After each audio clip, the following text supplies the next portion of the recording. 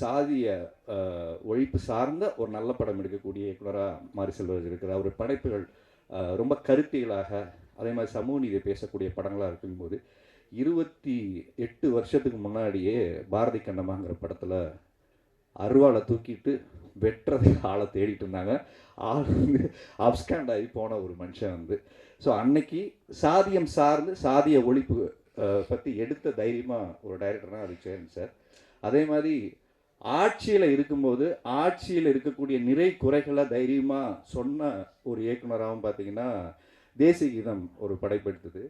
அதே மாதிரி காதல் பண்ணுறதெல்லாம் நம்மலாம் இன்னைக்கு அழகாக சொல்கிறோம். எனக்கு 2 பிரேக்கப் மச்சான், 4 பிரேக்கப்பு, 5 பிரேக். இப்போ கூட நான் ஒரு ஷோ பண்ணேன், நிறைய யங்ஸ்டர்ஸ் வந்து சொல்லும்போது ரொம்ப ஆச்சரியமாக இருந்தது. காதலை கடந்து திருப்பி ஒரு காதல் வரும் நம்பிக்கையே ஆட்டோகிராஃப் வந்ததுக்கப்புறம் தான் நிறைய பேருக்கு கொடுத்தது. இல்லைன்னா ஒரு காதலோட தன் வாழ்க்கையை முடிஞ்சிருச்சுன்னு நினச்சிக்கிட்டு இருந்தவங்க மத்தியில் இப்படி ஒரு படம் வந்தவொடனே இல்லை இன்னொரு லவ் கூட வரும், யாராவது நமக்கும் வாழ்க்கையில் வாழ்க்கை கொடுப்பாங்கன்னு நம்பிக்கை கொடுத்த ஒரு படம். ஸோ அந்த மாதிரி அப்போவே வந்து ட்ரெண்ட் செட்டிங்காக இந்த மாதிரி இன்றைக்கும் யங்ஸ்டர்ஸ்க்கு வந்து நம்பிக்கை கொடுக்குற லவ் அப்படின்னா அது முடிஞ்சு போகிறதில்ல, திருப்ப அது தொடர்கதையாக வரக்கூடியது தான். ஸோ வாழ்க்கையை முடிச்சுக்காதீங்கிற ஒரு நம்பிக்கை கொடுத்த ஒரு படம். அது மாதிரி உறவுகளை சொன்ன படம். இந்த மாதிரி எல்லா களங்கள்லையும் அவர் படம் பண்ண ஒரு டைரக்டர் ஷேட்டுங்கிறது வந்து எனக்கு ரொம்ப ஆச்சரியமாக இருக்குது. ஏன்னா சில பேர் டிப்பிக்கலாக ஒரு ஒரு கதை எடுத்துட்டாங்கன்னா அந்த ஒரு ட்ராக்ல போவாங்க. அவரோட படைப்புகள் நேர்த்தியாக இருக்கும், ஆனால் ஒரே களத்தில் இருக்காது.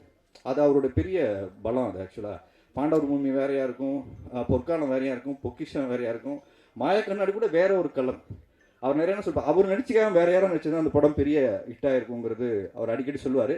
எனக்கு ரொம்ப ஜனநாயகமாக இந்த விஷயத்தில் அவர் சொன்னார். அவருடைய தோல்வியும் அதில் பதிவு பண்ணியிருந்தார் ஃபஸ்ட்டு போடும்போது.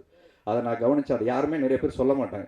தன் தோல்வியும் பதிவு பண்ணிக்கக்கூடிய, ஸோ தைரியமாக சொல்லக்கூடிய ஒரு இயக்குனராகவும்